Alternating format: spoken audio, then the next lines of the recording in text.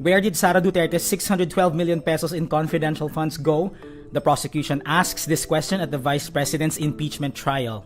Duterte's defense team says there's a reason why the OVP spent 125 million pesos in 11 days. A journalists group criticizes Sara Duterte for denigrating Philippine media and promoting social media as a truth platform.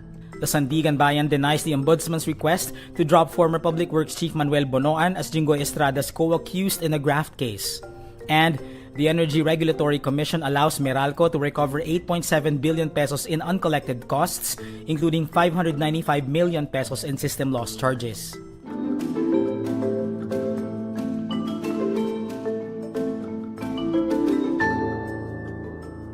The prosecution in Vice President Sara Duterte's impeachment trial focuses on the question, where did Sara Duterte's 612 million pesos in confidential funds go? The prosecution brings 15 boxes labeled confidential funds to today's presentation, as well as witness Roderick Wamil, a state auditor who undertook the auditing of confidential funds. Wamil notes the cash advance in the liquidation report on the confidential expenses of the OVP for the fourth quarter of 2022 only took 11 days to be disbursed. The witness also flags discrepancy in dates. Private prosecutor Lorna Capunan also brings up the infamous Mary Grace Piatos along with other recipients during the presentation of acknowledgement receipts or ARs issued by the supposed recipients of these funds.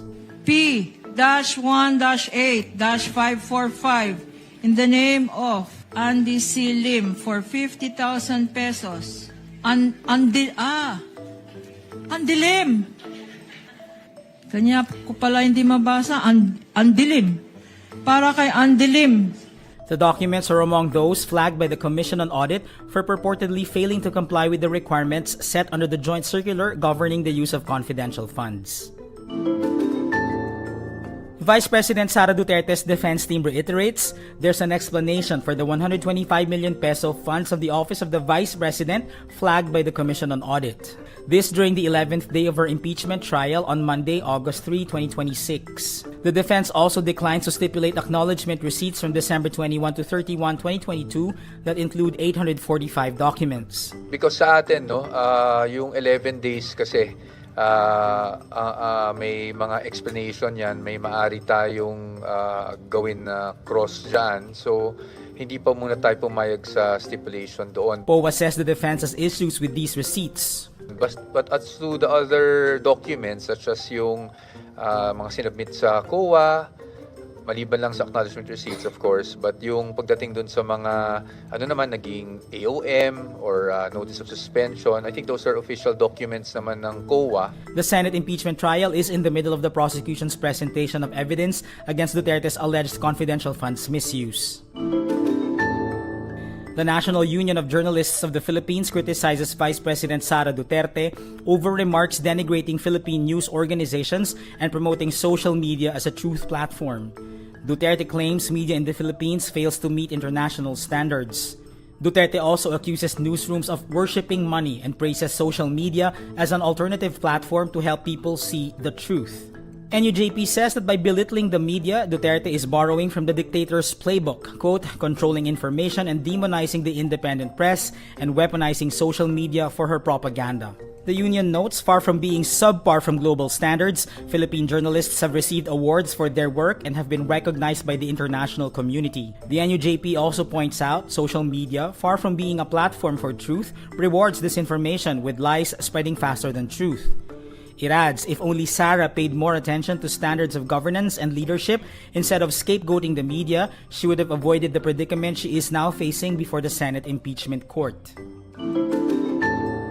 The Sandiganbayan denies the Ombudsman's request to drop former DPWH Secretary Manuel Bonoan as one of Senator Jinggoy Estrada's co-accused. This in a graft case stemming from alleged flood control project corruption. In the case, the Ombudsman alleges the accused conspired with one another to receive kickbacks from flood control projects. The Sandiganbayan says the proposed amended information, quote, removes the only co-accused and purported conspirator of accused Estrada from the case.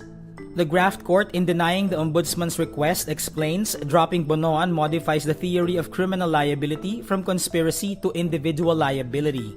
But the Sandiganbayan says the Ombudsman may still push to make him a state witness.